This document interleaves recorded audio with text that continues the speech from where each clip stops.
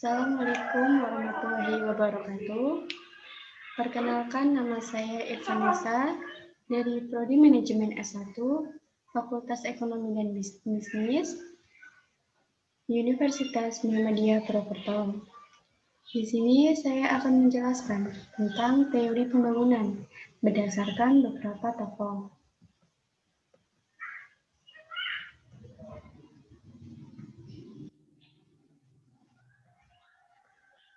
Nah, di sini saya akan menjelaskan tentang pembangunan ekonomi terlebih dahulu. Pengertian dan tujuan pembangunan ekonomi.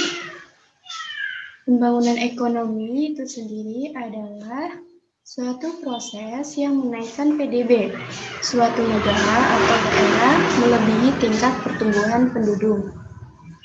PDB itu adalah produk domestik bruto. Produk domestik bruto itu jumlah produk baik barang atau jasa yang telah dihasilkan oleh unit produksi di suatu daerah. Sedangkan tujuan dari pembangunan ekonomi yaitu perbaikan kondisi di luar aspek ekonomi seperti perbaikan lembaga pemerintah, perbaikan sikap, dan usaha memperkecil jurang pemisah ke tingkat aktivitas ekonomi yang lebih tinggi. Menurut beberapa pakar, teori-teori pembangunan dapat dikelompokkan ke dalam dua paradigma, yaitu modernisasi dan ketergantungan. Modernisasi yaitu di dalam paradigma modernisasi termasuk teori-teori makro tentang pertumbuhan ekonomi dan perubahan sosial, dan mikro tentang nilai-nilai individu yang menunjang proses perubahan tersebut. Sedangkan ketergantungan, paradigma ketergantungan mencakup teori-teori keterbelakangan, underdevelopment, ketergantungan dependent development, dan sistem dunia world system theory, sesuai dengan klasifikasi Larraín tahun 1994. Beberapa pengertian teori pembangunan. Menurut Riyadi dan Deddy Supriyadi Baratasukuma, istilah pembangunan bisa saja diartikan berbeda oleh suatu orang dengan orang lain. Namun secara umum ada suatu kesepakatan bahwa pembangunan merupakan proses untuk melakukan perubahan. Menurut Siagian, menurutnya suatu usaha atau rangkaian usaha, pertumbuhan, dan perubahan yang berencana dan dilakukan secara sadar oleh suatu bangsa, negara, dan pemerintah menuju modernitas dalam rangka pembinaan bangsa atau nation building. Menurut Ginanjar Kartasasmita, memberikan pengertian yang lebih sederhana, yaitu sebagai suatu proses perubahan ke arah yang lebih baik melalui upaya yang dilakukan secara terencana. Menurut Alexander, pembangunan ialah proses perubahan yang mencakup seluruh sistem sosial, seperti politik, ekonomi, infrastruktur, pertahanan, pendidikan, dan teknologi, kelembagaan, dan kebudayaan. Menurut Adam Smith, adalah proses perpaduan atau kombinasi antara pertumbuhan penduduk atau pendapatan per kapita dan kemajuan teknologi.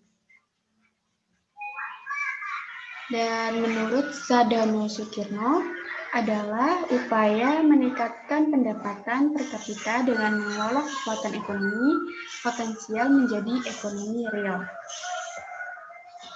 Menurut Irawan, adalah sebagai usaha yang dilakukan untuk meningkatkan taraf hidup suatu negara yang diukur dengan tinggi rendahnya pendapatan real per kapita.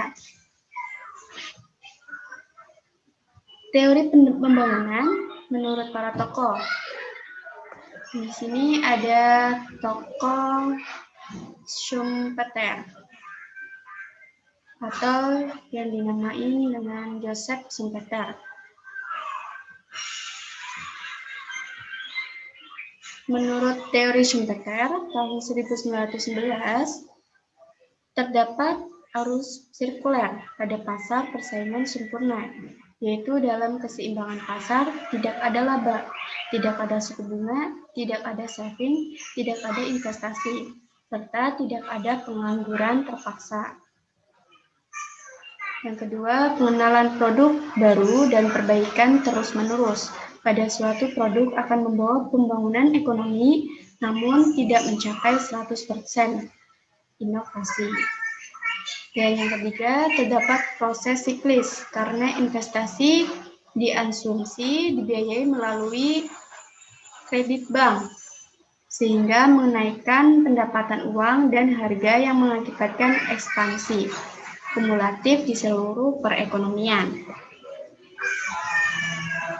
Masih di teori Schumpeter 1911. Inovasi berdasarkan teori Schumpeter terdiri dari 1. Pengenalan barang baru, pengenalan metode produk baru, pembukaan pasar baru, penguasaan sumber penawaran baru, dan barang semi manufaktur. Terakhir, pembentukan organisasi baru pada setiap industri seperti penciptaan monopoli.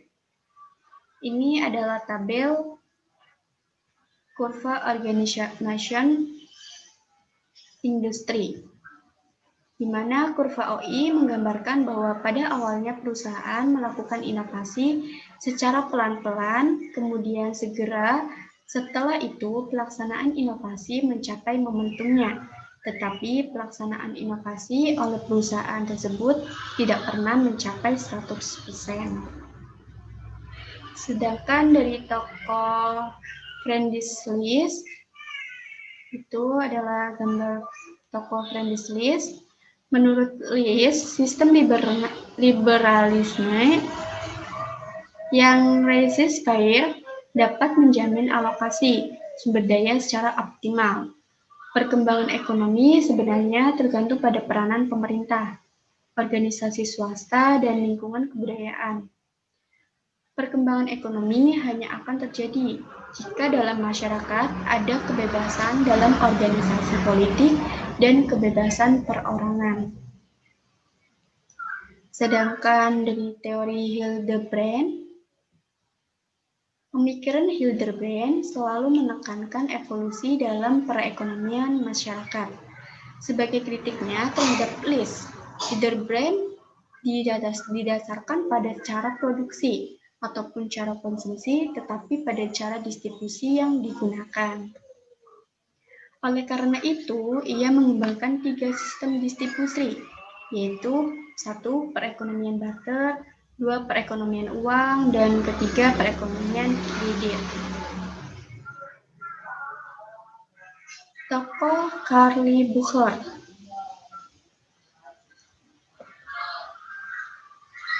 Teori Carly Bucher yaitu dalam teorinya ekonomi berkembang dari kondisi sederhana, yaitu dari rumah tangga tertutup menjadi rumah tangga dunia.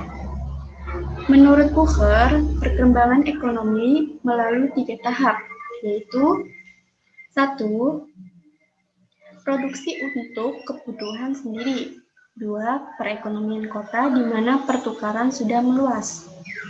Dan yang ketiga, perekonomian nasional di mana peran pedagang menjadi semakin penting. Dan terakhir, teori Weierstrass. Teori Rostow ini dikelompokkan ke dalam model jenjang linear. Proses pembangunan ekonomi bisa dibedakan ke dalam 5 tahap. Yang pertama, masyarakat tradisional, syarat untuk tinggal landas, menuju kedewasaan, dan masa konsumsi tinggi. Dasar pembeda tahap pembangunan ekonomi menjadi 5 tahap tersebut adalah karakteristik perubahan keadaan ekonomi, sosial, dan politik yang terjangkau. Definisi pembangunan menurut beberapa pakar, yaitu dari Ashton tahun 1985, upaya untuk meningkatkan taraf hidup serta merealisasikan potensi yang ada secara sistematis.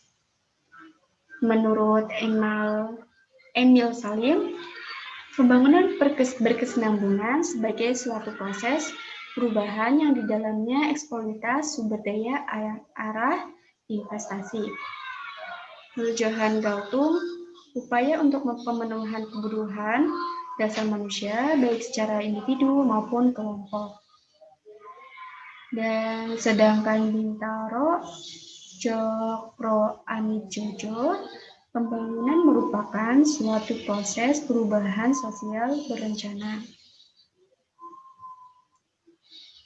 Nah, ini adalah dasar pustaka atau sumbernya.